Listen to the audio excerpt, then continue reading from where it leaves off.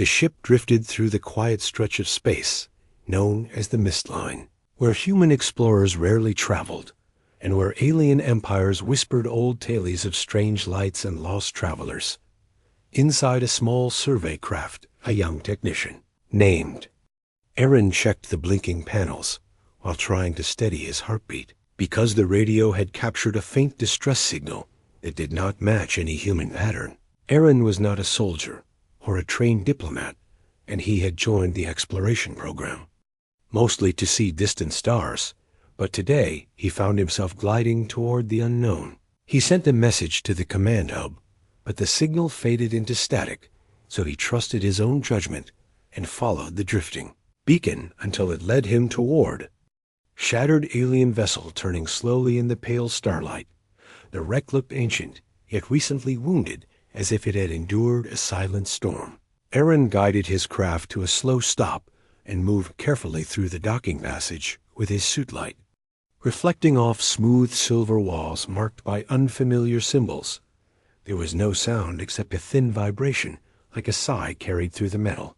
Aaron called out, though he knew no one could understand his language. Then he saw something ahead, like a soft glow pressed against the floor. The figure was faint and curled as if trying to protect itself. As he drew closer, he realized it was a young alien woman with delicate lines across her skin that shimmered like liquid crystal.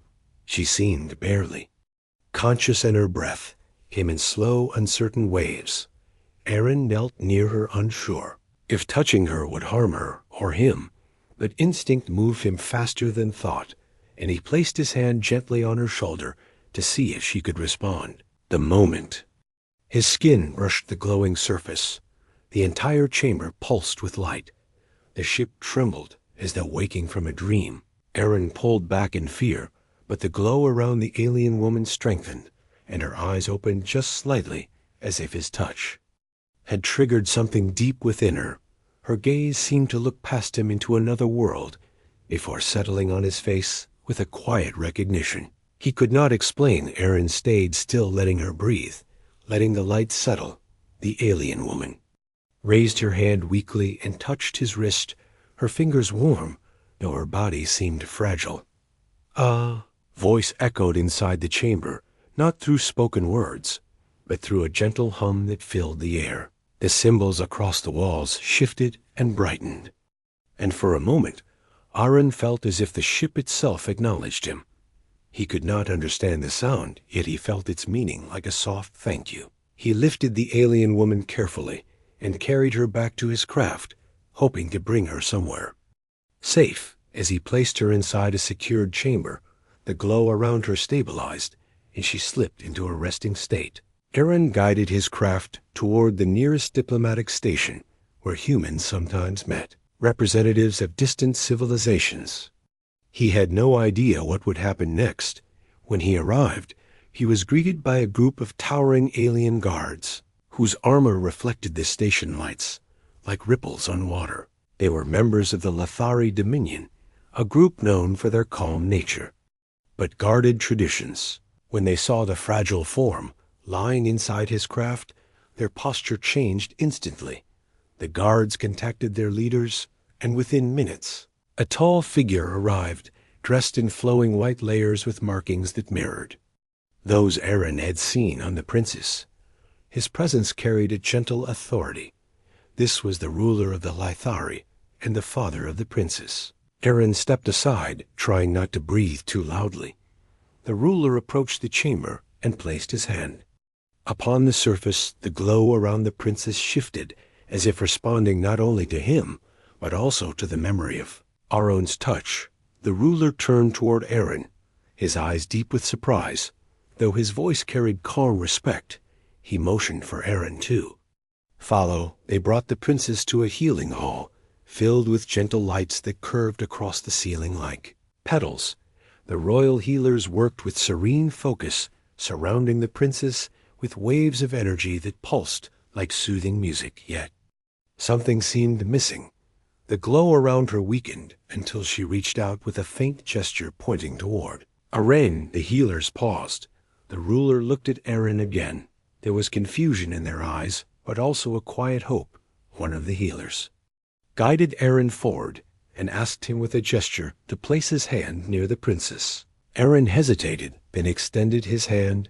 The moment he did, the glow returned, spreading like dawn across the room. The princess opened her eyes fully this time, and the light within them carried warmth and clarity. Everyone stepped back in awe. Her breath steadied, her voice rose like a soft chime, filling the hall with quiet beauty. Though Aaron could not understand her words, he felt the gratitude in her tone. The royal family stood amazed, not because she lived, but because she awakened through the touch of a human whose world they had only observed from afar for generations. The Lethari carried an old belief that their healing core responded only to those who carried pure intention. It was said that certain life energies could harmonize with their own and restore balance during near-death states. The healers murmured to one another in astonishment, for they had never seen it happen with any. Being outside their own kind, the ruler approached Aaron and touched his shoulder with soft respect. Though Aaron still did not understand the words, he understood the meaning. They honored him, they welcomed him, and they trusted him. The princess gestured that she wished to rise, but the healers urged her to rest. She insisted, gently lifting herself with calm strength.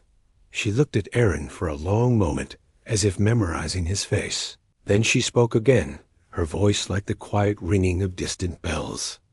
A translator device soon interpreted her speech into human language, and the hall filled with a soft, synthesized tone. She explained that their ship had been struck by a rare spatial current that tore through its internal pathways, leaving her trapped under collapsing supports. She had used all her energy to signal for help, but the code was ancient and not meant for human systems. She had expected to fade into silence. Her voice softened as she continued, saying that when Aaron touched her, something in his energy resonated with her own healing core, awakening the last spark within her. The royal family listened with wonder. The ruler bowed his head in gratitude. Aaron felt overwhelmed. He had not been trying to do anything heroic.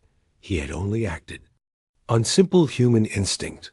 The princess reached for his hand again, and when she touched him, the glow brightened faintly, as if his presence helped steady her recovery.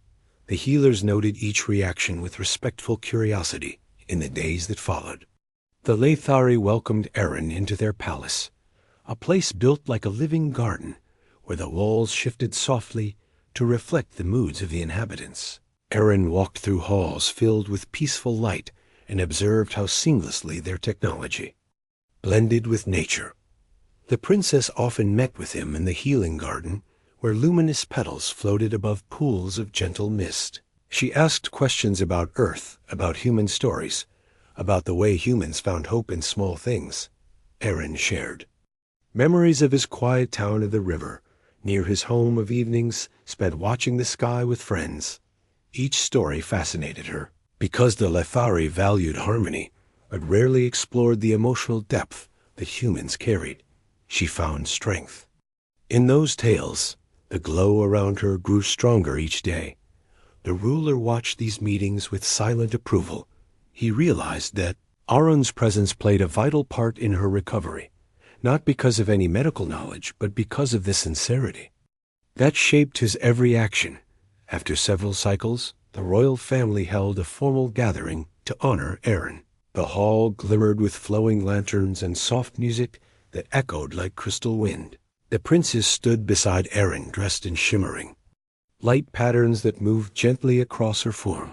She spoke to the gathered citizens, saying that her life had been saved by someone from a distant world, someone whose heart responded without hesitation to a stranger in need.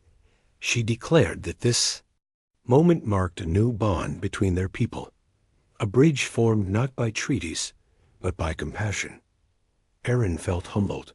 He never considered himself important. Yet here he stood honored by an entire civilization. After the ceremony, the princess led him to a quiet terrace overlooking the glowing city. She thanked him again, though she said words could never fully express the gratitude she held. Aaron looked out over the horizon, where streams of light curved across the sky like living ribbons. He felt small, yet also part of something vast and meaningful. The princess then explained a deeper truth. The healing core of her people responded only to those who carried harmony at their center. Few ever formed such a resonance even among their own kind. What Erin had awakened within her was rare and beautiful, a sign that humans held something the Lafari had never fully understood. The next cycle brought even greater surprise. The princess demonstrated a new ability that had surfaced after her healing, as if Arun's energy had unlocked a dormant potential within her. She could sense emotional patterns in others with remarkable clarity. She described it as hearing the quiet thoughts, the ones shaped not by words, but by intention. The healers believed this new ability could guide future generations toward deeper unity. They saw Arun as part of that awakening. The ruler invited Arun to take part in future diplomatic journeys between Earth and the Lafari Dominion, not as a soldier or a political representative, but as a symbol of shared harmony. Aaron accepted with quiet gratitude. He returned to Earth briefly to report his experience, and soon both civilizations